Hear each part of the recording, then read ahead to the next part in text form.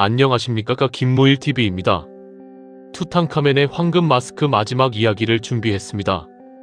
오늘은 아살라무 말레이쿰, 당신에게 영원한 평화를 라는 내용입니다. 끝으로 또 다른 미이라의 저주를 소개한다. 필자는 소년 왕 투탕카멘에 집착하며 수년간에 걸쳐 카이로와 룩소르, 테베와 아스완을 수차례 섭렵했다. 왜 그랬을까? 그 사연을 든다면 제임스 캐머런 감독의 영화 타이타닉이 한창 전 세계에 선풍을 불러일으키던 1998년 봄으로 거슬러 올라간다.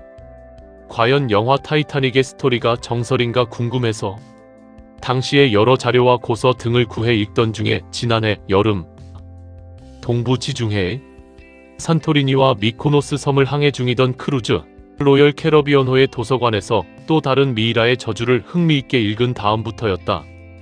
타이타닉호는 영국의 화이트 스타 라인사가 운영한 북대서양 횡단 여객선이었다.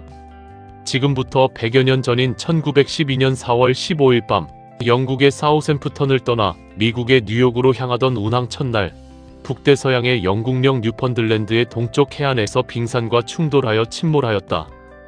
이 해난 사고로 승객 2200여 명 중에 1515명이 사망하였으며 이는 평상시 해난 사고 가운데 가장 큰 인명피해로 기록된다.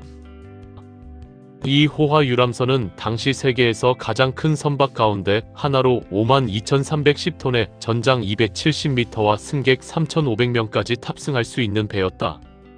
호화 여객선 타이타닉의 처녀 출항에 앞서 주변에 몇몇 가지 불길한 징조가 나타났다는 증언이 나온다.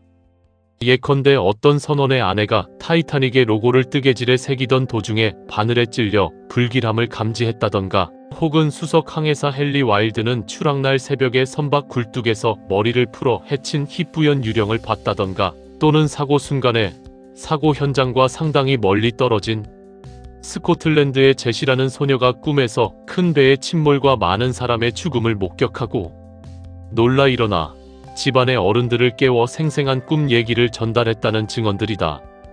그런가 하면 출항하던 날 느닷없이 많은 갈매기가 떼를 지어 배를 쫓아다녔다던데, 이는 선원들에게 불길한 징조로 여겨지기도 했으며 출항 순간 인접해 있던 빅토리아 호와의 접촉 사고와 항해 중에 중요 필수 장비인 쌍안경 보관함, 열쇠 분실에 따른 불안감 등이 작용했다고 하지만 실은 이 배에 고대 이집트의 아멜라 공주의 미이라가 실려 있었다는 고증이다. 당시 유럽 여러 나라에서는 오래된 미이라의 분말과 골분이 만병통치의 약재로 혹은 건강식품으로 인기가 매우 높았을 때였었는데, 미이라의 신분이 높을수록 그 가격은 천문학적 숫자로 치솟았다고 했다. 이에 미국의 어느 부유층 귀부인이 공주의 미이라를 막대한 금액을 들여 일반 이삿짐으로 위장해 타이타닉에 싣고 미국으로 운송하던 중에 침몰하게 되었다는 사실이다. 수많은 승객이 죽음에 직면했을 때 특등석의 이 수집가 부인은 구명보트 한 척에 미이라를 먼저 실어 도피했다는 기록이다.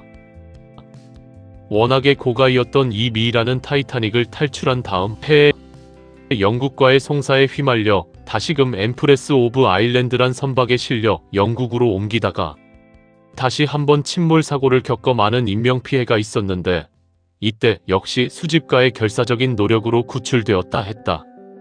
이와 같은 잇따른 사고와 불길한 징후에 두려움을 겪던 수집가 가족들은 주변의 역술가와 퇴마사들의 권고에 따라 원래 잠들고 있던 이집트의 무덤으로 다시 보내 안장키로 하고 더 루이시티아나라는 선박에 실려 이집트로 되돌려 보내려 지중해 크레타 섬을 통과할 무렵 불행하게도 독일 해군 잠수함의 어뢰 공격으로 미이라를 이리저리 옮기겠다고 고집을 피우던 수집가와 그 가족 모두는 이날 미이라와 함께 영원히 물속으로 수장되었다는 기록이다. 이제 기나긴 투탕카멘과 미이라의 저주와의 여행도 마무리 지을 때가 된 듯하다.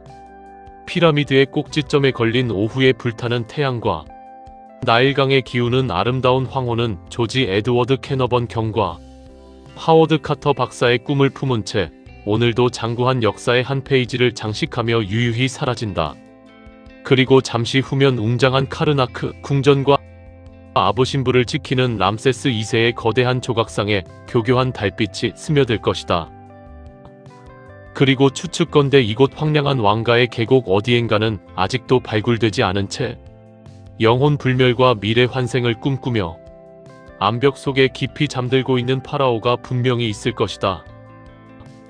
아울러 6000년의 역사가 맹맥이 흐르는 이곳 이집트에는 오늘도 고대의 역사가 계속해서 영원히 흐른다. 그리고 이 세상 마지막 순간까지 함께한 레오나르도 디카프리오와 케이트 윈슬렛의 지고지순한 사랑 역시도 아사달라 무 알라이쿰. 당신에게 영원한 평화를. 오늘로 투탕카멘의 황금 마스크 이야기를 마무리합니다. 대단히 감사합니다. 지금까지 김무일TV였습니다.